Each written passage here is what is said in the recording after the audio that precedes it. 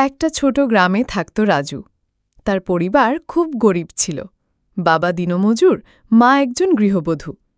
রাজু ছোটবেলা থেকেই খুব মেধাবী ছিল।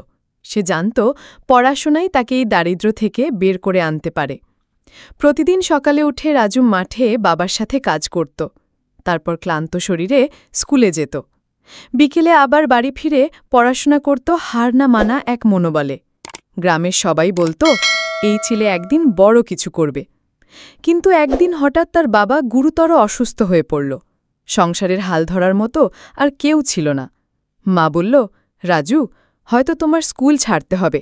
বাবার চিকিৎসা আর সংসার দুইটাই সামলাতে হবে। রাজুর চোখে জল চলে এলো। কিন্তু সে মাথা নয়নি। সে স্কুল ছাড়ল না, বরং সন্ধ্যায় কাজ শুরু করল গ্রামের দোকানে। দিনে স্কুল, রাতে দোকান, এই ছিল তার জীবন। একদিন স্কুলে এক প্রতিযোগিতায় রাজু প্রথম হয়। তার রচনার শিরোনাম ছিল স্বপ্নের পেছনে ছুটে চলা। জেলা শহরের এক শিক্ষক সেই লেখা পড়ে মুগ্ধ হয়ে যায়। একটা ছোট গ্রামে থাকত রাজু। তার পরিবার খুব গরিব ছিল। বাবা দিনমজুর, মা একজন গৃহবধূ। রাজু ছোটবেলা থেকেই খুব মেধাবী ছিল। সে জানত পড়াশোনাই তাকে এই দারিদ্র্য থেকে বের করে আনতে পারে। প্রতিদিন সকালে উঠে রাজু মাঠে বাবার সাথে কাজ করত।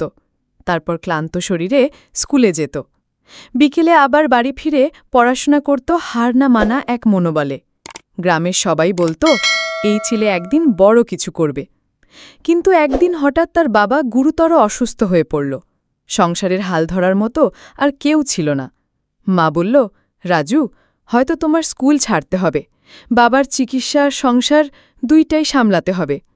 রাজুর চোখে জল চলে এলো। কিন্তু সে মাথা নয়নি। সে স্কুল ছাড়ল না, বরং সন্ধ্যায় কাজ শুরু করল গ্রামের দোকানে। দিনে স্কুল, রাতে দোকান, এই ছিল তার জীবন। একদিন স্কুলে এক প্রতিযোগিতায় রাজু প্রথম হয়। তার রচনার শিরোনাম ছিল স্বপ্নের পেছনে ছুটে চলা।